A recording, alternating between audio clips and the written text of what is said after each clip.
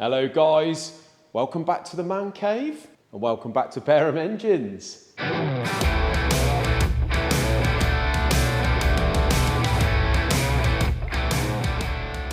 So guys, bank holiday Sunday. My wife's cooking a roast and I've managed to get away for a couple of hours down here to do a little bit of wiring on the Escort. When I say do wiring, I've done a bit of the Loom. I've done the 21 pin plug, I'll show you that in a minute. But I've probably spent a good 3/4 of an hour chat GPTing and doing a little bit of Googling on the relay box. Now guys, here's my desk with all the bits of wiring on, my laptop and all the bits and bobs, most importantly, my bottle of water. I have forgot my glasses actually, bit of a nightmare. I come in this morning actually, and I was a little bit worried that John wasn't going to come in here and use this place, but bearing in mind, his little Austin has been in here just a week. I got in here this morning, the Kia was outside and he was in here working on his own. And he looked as happy as a pig in muck, he did. So what he's done, he's took the bonnet off the Austin 7, you can see put in the corner. We've still got to fit his shelves and his cupboard and what have you for him to store his stuff. But as you can see guys down there, it's looking a little bit bare. And what he's done, he's took the dynamo and the starter motor off, and I think he's going to get them both redone. Apparently you can get the dynamo modified. I don't think that's charging very well. And the starter motor's playing up, so he's going to get that all redone. But yeah, he's been in tinkering, took that off, and he's really happy in here, which is great. Anyway, back to me wiring. Right guys, so you know that I've got the 21 pin plug from the ECU in the car. That's at the back of the bulkhead. I'll just quickly show you that again. See there, that is in there. And yesterday I was in actually and did an hour. Was it yesterday? What day is it today? Sunday. No, I was in Friday night, I think. Sorry guys, all over the shop. I do apologise, but you know what I'm like without Isaac. Bit of a nightmare. Right, so here we go, we're nearly done. Here is me Loom. Here, so you can see I've got my sheathing on now. I haven't done the heat shrink, and the reason for that is because I want to show you underneath here. So, I'm looking professional, and I look at that. So this is your tape, your special tape that you put on in there. And under that tape, guys, if you can see, if it focuses properly, you can see it's all a bit curly-whirly under there. So what I've done is took every wire and put them into the other end of those pins in there. I'm sorry if my focus is not great. And I've crimped them down with my special electrical pliers. I'm very technical. And in there, guys, the reason it's all a bit curly-whirly is what you do is you put all your pins in here in the correct holes. And I'll show you how I know which holes to put them in, is because here is my paperwork. And you can see all the different colours and descriptions for each of the wires and the ones I'm using. And the little black letters to the left there are the letters that I know in the plug, in the bulkhead, went into. So each one of these 21 pins has got, if you can't really see it on there, but on the plastic it's got letters from A to whatever it is. And I've put them down there, so which wire goes in which letter, I know on there, so when this is plugged into the bulkhead, it all matches up. So I've done that, guys, and hopefully, fingers crossed, I've got it all right. Then what I do is I put the plug in my little special vise here, look. See that little vise I bought? Put that in there, pull this up in the air, and then what you do is do something, it's called a service loop. And what I do is take each wire from the plug end, put a pen in there and wrap it around the pen once and pull it sort of tight so you've got a nice little curl in there.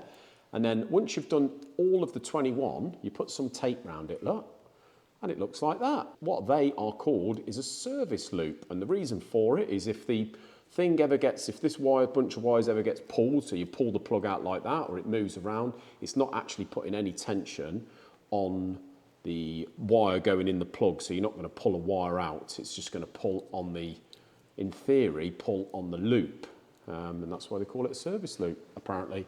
So I'll put my tape on, guys, and then what I'm going to do is put my correctly fitted heat shrink on there. Obviously, I'll put my little bit of tape around the sheathing, got the correct size sheathing, and then I'll heat this up with my heat gun, and what that'll do is shrink onto there and down enough so it grips onto this, and I've got a nice little bit, and I'll probably put a little bit more tape around the end, And then we've got a nice waterproof, secure 21-pin plug.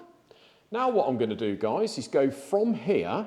Now I've got the whole, obviously got the whole loom. What I can do now is I can plug that in the bulkhead and I can go round. First things first is the first thing it meets is me relay box that I bought. So this is my relay box off Amazon.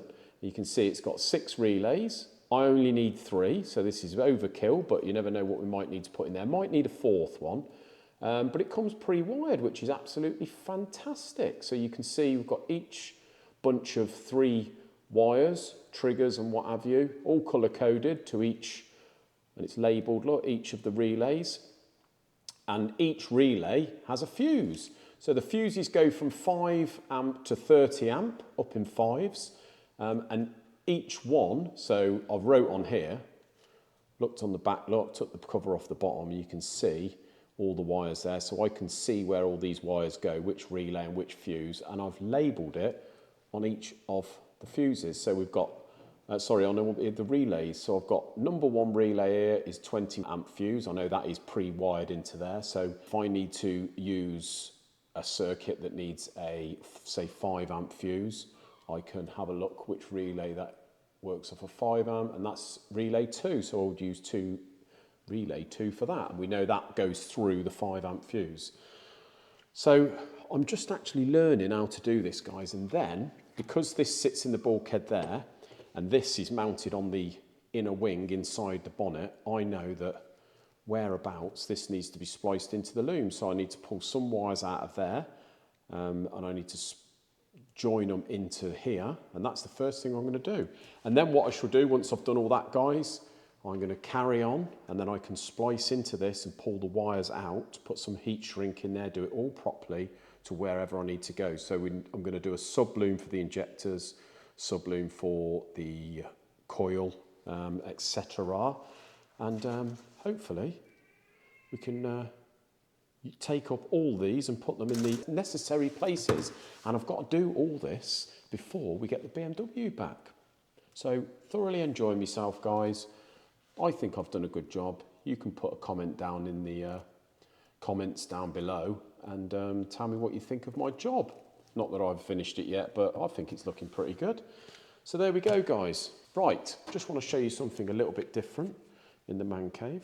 I expect when I went over to the Escort, you've seen some plastics down on the floor, and they're motocross plastics. Been a long time since I've got involved with a motocross bike, and I wasn't particularly looking for a motocross bike, but I have bought a motocross bike yesterday, guys, and it was an absolute steal. So you can see I'll strip the plastics off, but this here, guys, is, if any of you are interested in motorbikes or motocross bikes, this is a 1997 CR80R Honda, and it has been previously restored, so it's got a nice white powder coated frame. Engine's all been done, only been ridden about 5 times apparently. And you look on it now, all the plastics are off. The wheels need a clean up, but they're in really, really good order. Chain and sprockets are all good. Motor's all been done, literally been ridden 4 or 5 times. Forks are all in great order. It's got Renthal handlebars, FMF pipe, the standard front pipe, but it's absolutely immaculate. It's got no dings and dents, so slightly different to what I normally do. But I tell you what, guys, clean these up. It's had a new seat cover. The plastics aren't that old, but they haven't been restored or renewed, except for that's what they were like, and I've just sort of restored that one. So what I might do is keep the orange sort of day glowy seat cover, because that looks cool as hell.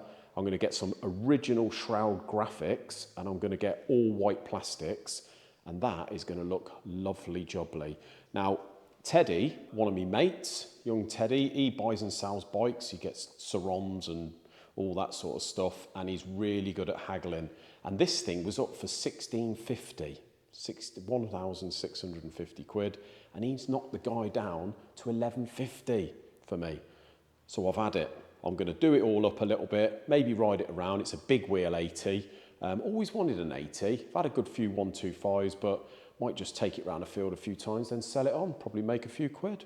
But it's something to do because I haven't got enough projects to do, but no, I love having a motocross bike, and an 80 is really cool these days, I think. So there we go, that's the plan. Got to get the wiring finished on the Mark 1 Escort, so I'm going to be doing a bit of that. We have put, Teddy has put the kit car for sale for me today. He's done a really good write-up on that one, and that is for sale, and that could be someone's at an absolute steal, basically half the price to what it's cost me. So we've put the thing up for about 10 grand, but on the quiet, if I get 8 for it, I'll be really happy. So for 8 grand, someone can come and take this away. If you watch the channel before and you watch videos on this, you know all about it. I can't be doing with the tyre kickers and all that junk. Just come and grab the thing. Basically, we've spent, including buying it, about 18 grand on it, all joking aside. Everything on it's about a grand. We've got the AccuSump system.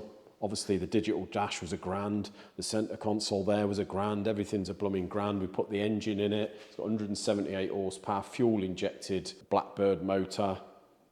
Quick shifter, up and down, again, another grand. Blipper, all that jazz. Fantastic car for under 10 grand. You ain't going to have any more fun than that, I'm telling you. So come and grab a bargain, guys. Only reason we are selling that is because, as I've gone on about it before, in a minute, once we've got this done, we're going to have that E30 M3 shell in here once I've done underneath, and we're going to be cracking on building that up in here. So that's going to make some wicked footage, isn't it? So anyway, guys, it is Sunday. Going back to have me Sunday roast before I get told off. I hope you have a lovely bank holiday, and I will see you on Tuesday when we're back at work. Let me know down in the comments how you think I've got on. Cheers, guys. Take it easy.